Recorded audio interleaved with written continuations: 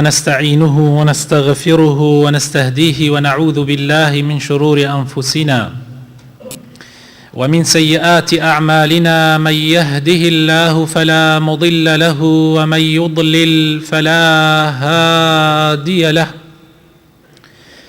وأشهد أن لا إله إلا الله وحده لا شريك له، وأشهد أن محمدا عبده ورسوله. يا أيها الذين آمنوا اتقوا الله وقولوا قولا سديدا يصلح لكم أعمالكم ويغفر لكم ذنوبكم، ومن يطع الله ورسوله فقد فاز فوزا عظيما. أما بعد، فإن أصدق الكلام كتاب الله، وخير الهدي هدي محمد صلى الله عليه وسلم، وشر الأمور محدثاتها، وكل محدثة بدعة، وكل بدعة ضلالة، وكل ضلالة في النار. خوشك برابر رزكانم، خوای تعالى إنساني خلق كردوها لجوانترين شيويا وكو أفرمي ولقد خلقنا الإنسان في أحسن تقويم.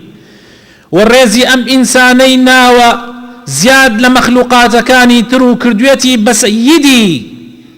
قوريهم مخلوقات كان وكو أفرمي ولقد كرمنا بني آدم. وخوای تعالى فرماني كردوها با مخلوقات زور بريزو قوركاني كملائكة كان كفرماني زور بيشتكان بدسيانا. خوای تعالى فرماني كردو كالسجد ببن بو آدم باوكي بشريت. ولعنتي لإبليس كرد ودري كرد لرحمتي خوي لبر أوي سجدي بو آدم نبر. باشان خوای تعالى أم إنساني كرد خليفة لسر زوياو همو مخلوقات كاني تري بو مسخر كردو خصي جردسي وكردي بقوريان. ولناو أم إنسانانا ولناو أمروفانو نوي آدم وآدمي زادانا خوای تعالى لهمو سردميكا پیغمبران أنبياء الرسل بويان ناردو تاوكو هدايتيان بداو دوريان خاتو لخرابا ريقاي راستو ريقاي چوتيان بورون كاتوا تاوكو شويني ريقا راسك بكونو دور كونو ولا ريقا چپكان. لپاش پیغمبران خوای تعالى علماء زانایانی دانا ووارثي پیغمبران بن. العلماء ورثة الأنبياء. پیغمبران لپاش خویان دینار و درهمیان بورثه جێ نێڵاوە، بەڵکو علمیان بەجێ هێڵاوە. هەر کەسێ زیاتر لە علمی پێغەمبەرانی بردبێ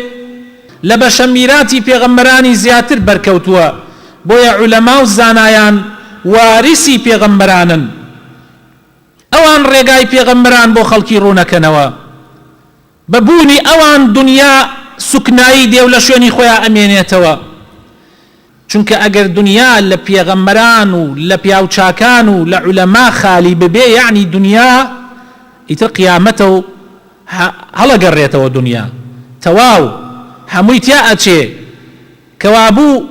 هەتا علەما ما بێ دنیا ئەمێنێ، کە علەما نەما دنیا تێک ئەچێ. ولناو علەمایشا خۆشەویستەکانم لە چەندەها ئایەت و حەدیثیشا جەخت کراوە لەسەر ئەوەی کە علەمای وەسەطی، ئەو علەمایانەی کە میانە ڕەون، کە توندڕەونین و شلڕەونین، ئەوانە مایەی تەوازن و هاوسەنگی سەرزەوین. ئەگەر ئەوان نەمێنن هەموو دنیا تێک ئەچێ، خەڵک سەری لێ تێک ئەچێ. چونکە ئەگەر کەسانی توندڕە و زیادەڕە و یان شلڕە و بەملایە هەبن، خەڵک بەرەو خراپە ئەبن. و هەنیش یعنی علەمایە لێک هەن، وەکو خوای تعالى لە قورئانە چەند جار عەرزتانم کردووە لەم منبەرەوە و لەم شوێنەوە. دوو نمونە دێنێتەوە وەکو نمونەی ناشرینی، هەردووگی بۆ علەما هاتووە. بەڵام علەمایەک کە زیادەڕەوی بکەن سەر لە خەڵکی تێکدەن، یا شلڕەوی بکەن سەر لە خەڵکی تێکدەن. وەکو خوای تعالى ئەفەرمێ مثلهم كمثل الحمار. باسی ئەو عالمانە ئەکا کە باریان هەڵگردیە و نازانن بۆچی هەڵیان گردووە سەر لە خەڵک تێکەدەن دین لە خەڵک تونەکەنەوە خەڵک کافر ئەکەن خەڵک لە دین دەرئەکەن دین لەسەر خەڵکی قورس ئەکەن وای پێکەن هەڵنەگیرێ و هەروەها خوای تەعالاش هەر لە باسی ئەوانە ئەفەرمێ مەثەلهم کەمەثەل الکەلب نمونەی ئەوانە وەکو نمونەی سەگ وایە ئەو عالمانەی کە سەر لە خەڵکی تێکەدەن بەڵام ئەو عالمانەی کە ڕێنمایی خەڵکەکەن کە خەڵک دێننە سەر ڕێگا کە دین لەسەر خەڵک قورس ناکەنەوە کە پەیامی پێغەمبەران وەکو خۆی ئەگەیەنن ئەوانە مایەی هاوسەنگی سەرزەوین ئەگەر ئەوان نەمێنن هەموو دنیا تێک ئەچێ بۆیە کوفر بێدینەکان ئەوانەی کە حەزیان لە دین نییە دائیمەن دوژمنیان علەما و زانایانی میانڕەوە ئەو زانایانەی کە خەڵک لەسەر دیندارەتی بە هاوسەنگی ئێڵنەوە نایڵن خەڵک زیادە ڕەوی بکە و شل ڕەوی بکە بۆیە کاتێ بیانەوێ هەر وڵاتێ داگیرکەن وەسەیتەرە بکەن بەسەریا یەکەم هەنگاوێک ئەدەن لە ئەو عالیمانەی کە میانەڕەون چونکە ئەگەر ئەوانە نەمێنن لەناو کۆمەلگایە زۆر بە ئاسانی کۆمەلگا بەرەو لاڕێ ئەبرێ وایان پێ ئەکرێ بە ناوی دینەوە توندڕەوی دروست ئەبێ یا لەوانەیە بە عەکسەکەشەوە بێ زۆر جار خەڵک بە ئاسانی دەست لە دین بەرئەدا چونکە عولەماکانی شلڕەون عالمێلێک نین میانەڕەو بوون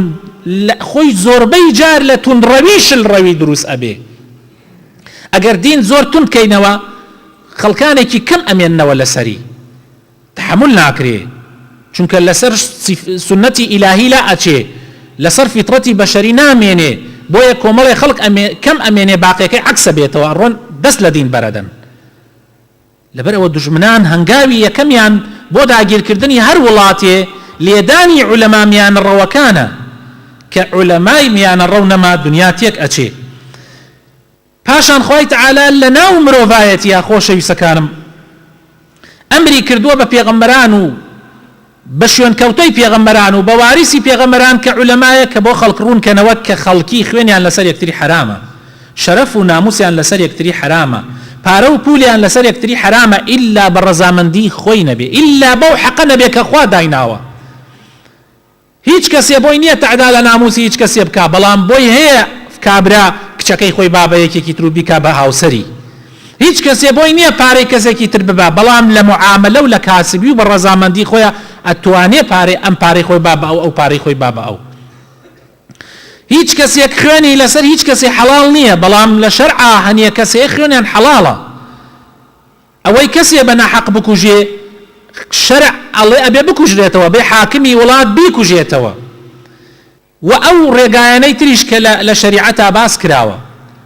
ئەمە کێ ڕوونیەکاتەوە بە عولەماکان بۆ خەڵکی ڕوونیەکەنەوە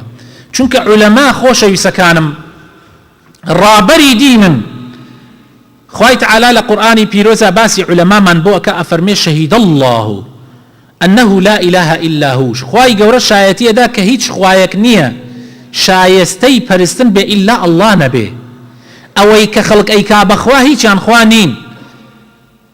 بەس الله خوای حەقیقیە پاشان یەکەم جا ئەفەرمێ خوا شایەتیەدا دوای خوا ئەفەرمێەوە مەلائیکەتەکانی خوا شەهید الله أنه لا إله إلا هو والملائكة دوای ملائكة أفرميكي وأولو العلم زانایان أو شایەتیە بۆ خەڵکەدەن زانایان أو ڕێگایە بۆ خەڵک ڕوونەکەنەوە هەروەها خوای تەعالا لە قورئانە ئەفەرمێ قل هل يستوي الذين يعلمون والذين لا يعلمون ئایا کەسی زانا یەکسانە لەگەڵ کەسی نەزانە قەت زانا و نەزان وەکو یەکوانە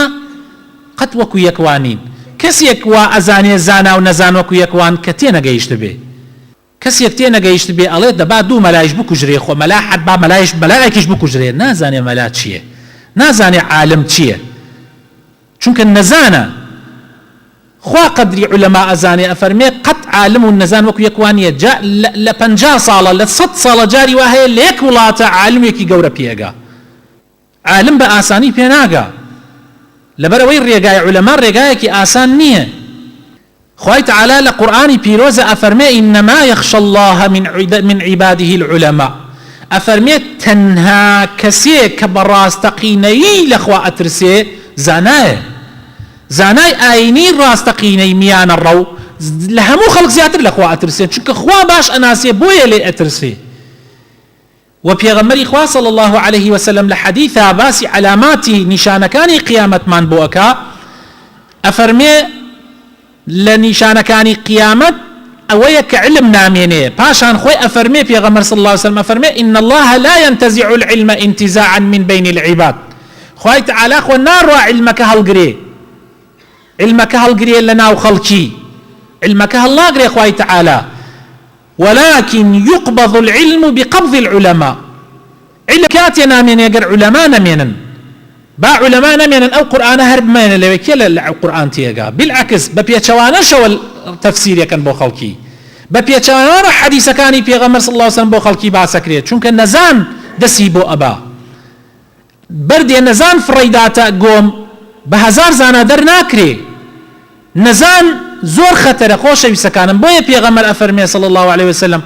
علم بونا مني كعلماء مني كعلماء ما خلقي خدا نانشن سريان نبي بلكو اتخذ الناس رؤوسا جهالا او كاتا خلق الروان سريالك بو خويان دا انا اي كان بعلماء كساني هلا قرتي برنيجي بو خلقك او بيش نيجي اكا وتاري جمعة دا كساني نفام ونزان لدين تينا قيشتون جا كساني نفام ونزانيش دس بقرن بسر وضعك يا تشيروا ادا فافتوا فسئلوا برسيارا اللي اكريه فافتوا بغير علم ببيع علم فتوى أدن فظلوا وأظلوا خوشيان قمراء بن خلقش قمراء كان أمي نقطة أم نقطة ككفر قركيتي بيدينا كان قركيانا الرقاء علم نميني علماء نميني خلقان يك نميني جوان لدين تيبقن كنمان خلق هسر دا أنا بو خوي خلق ببيسر ناجي كوابو سريل يك دا عندي نفام ونزان أو كاتب بكيفي خويان فتوى أدن وسر لخلقيتيك أدن كري خلق أدن بكوش لنا حق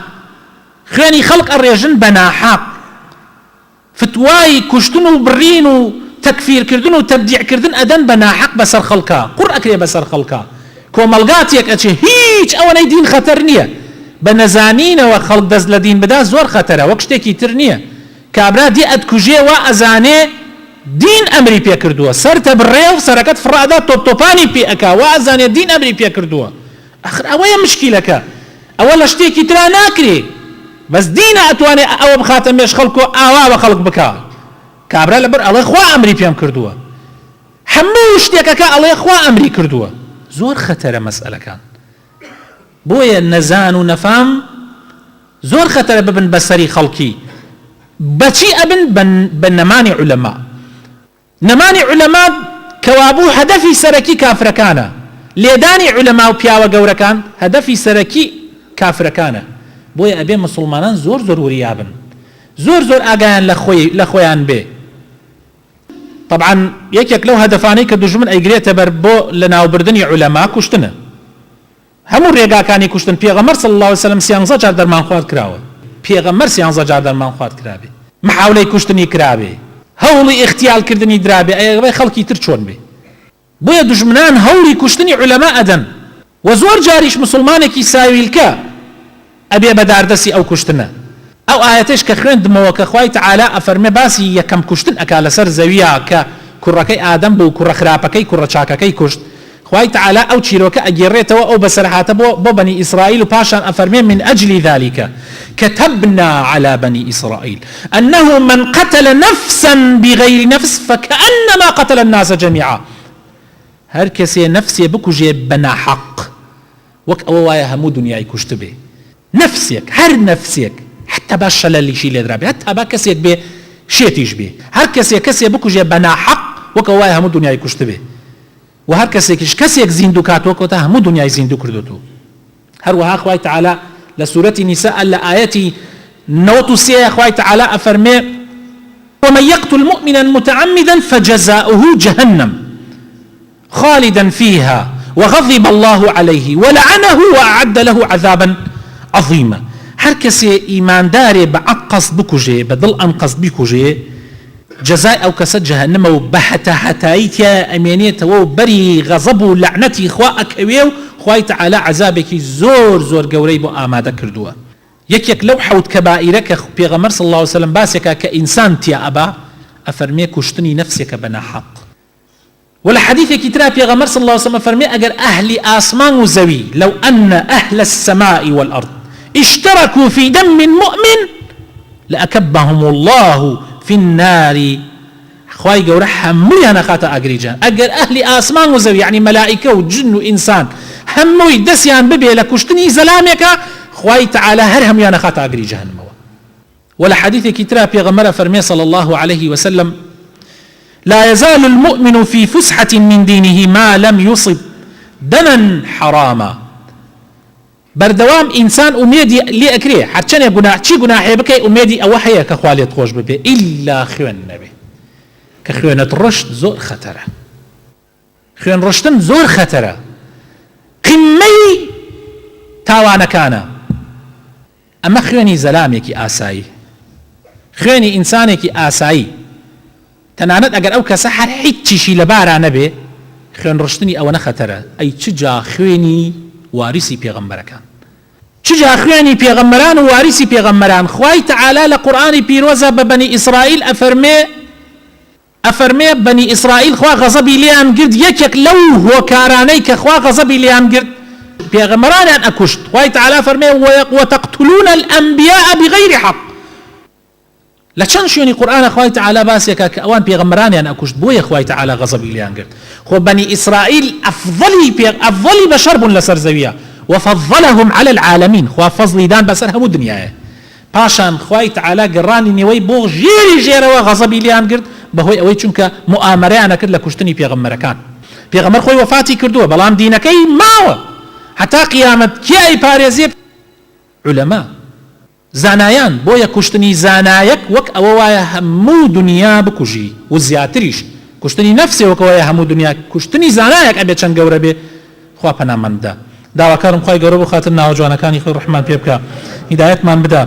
نوری ئیمان خاتە دڵەکانمانەوە. یان ڕۆژێ لە ڕۆیان دەستمان نەبێ لە خوێنی مسلمانێکە. یا ڕەبی خوایە بخاتە ناوە جوانەکانی خۆت شیفای نەخۆشەکانمان بدەی. یا ڕەبی خوایە ئەو کەسانەی کە داوای دوعای خێریان لێکردین کە نەخۆشیان هەیە، یا ڕەبی خوایە شیفایان بدەی. ئەوانەی کە احتیاجیەکیان هەیە خوایە بۆیان جێبەجێ بکەی. ئەوانەی کە مەشاکلێکیان هەیە و داوایان لێکردوین خوایە مەشاکلەکانیان بۆ حەلکەی. یا ڕەبی خوایە بۆ خاتر ناوە جوانەکانی خۆت، بۆ خاتر ئیسمی عەظەمی خۆت خوایە بارانی ڕەحمەتمان بەسەرا ببارێنی. یا ڕەبی خوایە کوردستان لە هەموو بەڵاو موسیبەتێک بەدوور بگری. یا ڕەبی خوایە بۆ خاتر ناوە جوانەکانی خۆت ئەمن و ئاسایشی ئەم وڵاتە تێک نەچێ.